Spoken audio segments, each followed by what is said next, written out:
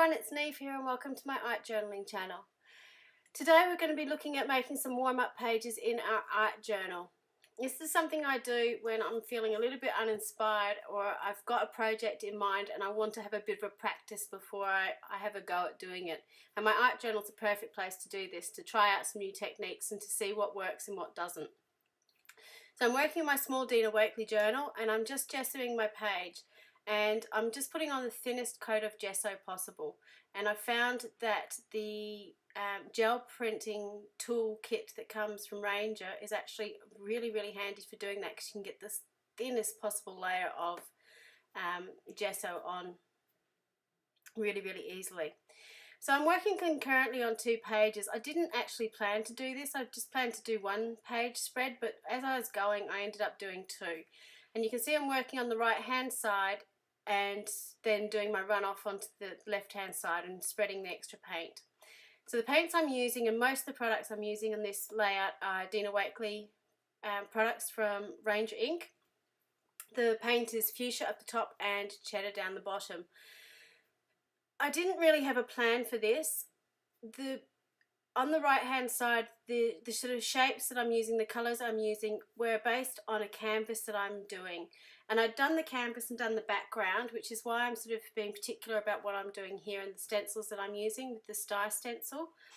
Because I've got a background I really love on my canvas, but I don't know how to go on from there. So I wanted to do something similar in my journal to have a go and see what worked, what didn't, what I liked. So this is sort of a quick 20-minute go in my journal of just playing around. The left hand side is done on the canvas, and again it's just the page so I was using to clean off my hands, to clean off my paint, to clean off my stencils.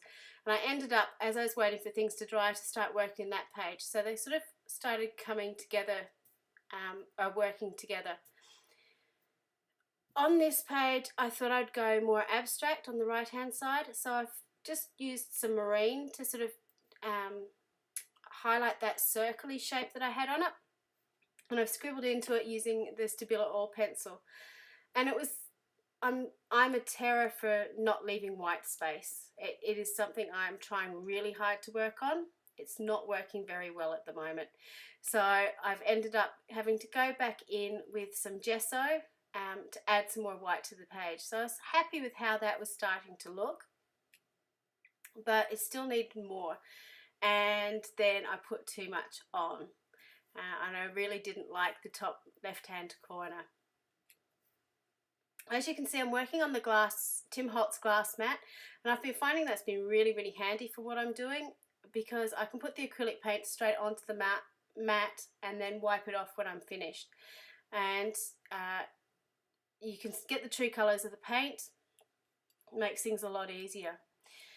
So I decided what I was doing on the right hand side was a bit too flat, so I want to go in and do some splatters, and I'm using the scribble sticks to do that. So I'm just activating the bottom of the scribble stick and then splattering it onto the page. And I'm using the marine scribble stick and a little bit of the black scribble stick as well. So the scribble sticks, if you haven't come across them, are like a pure pigment crayon. They're water soluble when water activated, and obviously the longer you hold them in the water, the more activated they're going to become. They're quite strong, and they match all the colours in the paint line, in the Dina Wakley paint line as well. So I was able to go back in with the fuchsia scribble stick at the top and sort of fix up where I'd gone with the white and the marine at the top. I'm going in with my Stabilo oil pencil and just scribbling some lines and then just spraying it with water to activate it. The Stabilo oil pencil is a water soluble pencil, and it's a very creamy pencil. Once you water activate it though, it acts like ink, and you can see there by just holding up my page I get those drips going down the page. I was finding they were a bit too strong, so then with the paper towel I wiped that off again.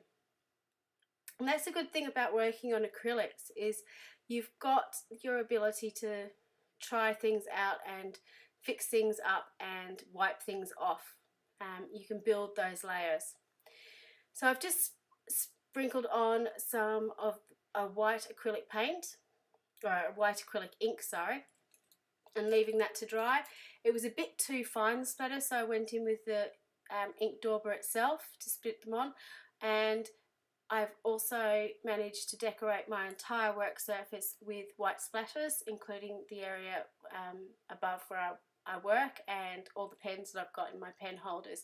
So it was quite effective. At this stage while I'm working, I'm thinking, oh, I don't know, I'm not sure if I like this. And I kept adding and kept adding, which is something that I'm a terror for. If I'm not sure where I'm going, I keep adding stuff, which sometimes works out really well and sometimes can work out to be a bit of a disaster. The good thing about having a double spread like this is that you can sort of go and work on the other page if you're not happy with it. So what I've decided is I wanted some more drips and dribbles happening down my page, and I've got the fuchsia back out again, and I've just watered it down on my mat, and then I've added more water onto my page, and I love this page at the moment. I wish I'd left it just like that. With the leftover paint, I've gone back onto the other page to use it up. And while I'm waiting for this ink to dry, or the paint to dry, I start working on the other side of the page. I find doing pages like this, or warm-up pages, really handy in my working process. I don't do it often enough, I have to say, but it's something that sort of gets me going, gets me thinking about some of the things. And basically the colours and the stencils and everything that I'm using are stuff that was around my desk. It's stuff I've been using in the last few days. So I've had a bit of a play with them. I know how they work, and I'm just exploring what colours go with them, what I can do with them, how I can change it up a little bit to use it in a different way. For example, I'd used the watered down fuchsia paint, and I really enjoyed the look of that, so I tried watering down another paint. Didn't quite like the look of it. It just watered it down a bit too much and it went a bit muddy. Now the reason for that is because I'm also working on canvas over here. The canvas is a fabulous surface to work on, but it takes a lot longer to dry. So even though the surface may feel damp, but the paint is sort of dry, but underneath it's still quite wet because it's retaining the moisture. So just be aware that that takes a little bit longer to dry. So as I was doing this, I was thinking, what else could I add to this? And I wanted to add in more layers. Here I was trying some ghosting by using a wet wipe and wiping off some of the paint. And because I've gessoed underneath, I was able to do that and remove some of the wet paint. I decided, because I wanted to build up some layers and make it look different from the other page, I wanted these two pages to be similar but different. So with this page, I'm adding a lot more colours. So I'm going in with the lime paint to add some dots, and this dot pattern, punchinella type stencil, is one of my favourites. And then I'm going in with this bullseye one with the yellow. Just adding different circles, different shapes, and moving it around. And when I was doing this, I was starting to really like how it was ending up. Now this stencil is one I've used previously as well, and it was sitting around, and I really love the lines and the contours of the faces on it. It's very open and very loose, but it works really, really well. This stencil is not one probably I would have picked up in the shop, I have to say. I was sent it as part of the prize pack, but I actually really love it, and it's a really great stencil to go horizontally across a page because it kind of ties the whole page together. Now at this stage, all my Dina Wakley stencils were out, and I was just auditioning different stencils on the page to see what I wanted to use and what I didn't. What I find is once I start using black on the page, I'm getting towards the end of what I'm working on. So you can notice all the things in the background have all been different colours. When I start to work with black, I tend to know I'm getting to the end of the page. So what I'm doing now is with my Stabilo oil pencil is just connecting those faces to the edge of the page so they're not floating. but I wasn't very happy with how I did it. They made their hair look really, really flat. And I did actually activate the pencil, which is why those lines are sort of bleeding out somewhat and looking a little bit blurry. On the other page, I went back and added some white to it, just to balance it out again, put some more scribbled journaling on it. And at this stage, I was starting to work between the two pages and sort of add something to one and add something to the other.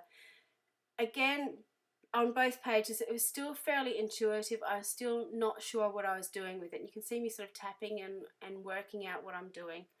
So I've got my foosball pen to add some journaling to the faces, but I wasn't happy with how that was looking. And I wanted to add something more. So I got out my tissue paper collage words, again another Dina Wakley product, and I decided that I was going to use these, and I'm cutting them up into small strips, and I thought I could use those to represent the hair. Now, one thing I do in a lot of my artwork is use text as pattern, not necessarily for the words, though I quite like the words that are written on here, but just to add some interest. On the right hand side page is a load of journaling that I've written. I was just writing, and I can't read that now. I can sort of remember what I was writing about, but I don't actually know what got written down on the page, so to speak. It's just a lot of movement and getting sort of the frustrations out on the page. So the words that I glued down on the page say "live your truth." When I glued them down, and it's a bit hard to see with the glare of the light that's just above it, they looked fine, but they're a bit too white and they're a bit too square. They didn't blend, because they were straight on the black sort of pencil, they didn't blend into the background as much as you can see them sort of melting into the background on the left hand side. So I decided to play with it, and in the end I wish I hadn't and I just left it blank, but by the time I decided I really didn't like it, it was too late to take them off. So I try and fix it, which you'll see me doing in a little while. So on this page I'm just going around with collage medium and sticking down the tissue. The good thing about the tissue is you can kind of bend it round corners. It is fairly forgiving, that you can sort of gently mould it around with the gel medium or the collage medium to stick it down. The other thing is, because you're working on acrylic, that I'm just slapping down the paint, or the gel medium, sorry, and it's because it dries clear, you won't see it in the end, and it dries the same sheen, matte, like the paint does, so it sort of blends in. So I'm going back to the other page with the oil pencil, sorry, the scribble sticks in the fuchsia and the cheddar, and trying to sort of cover over what I've done and add some of those colours back into it to tint the paper.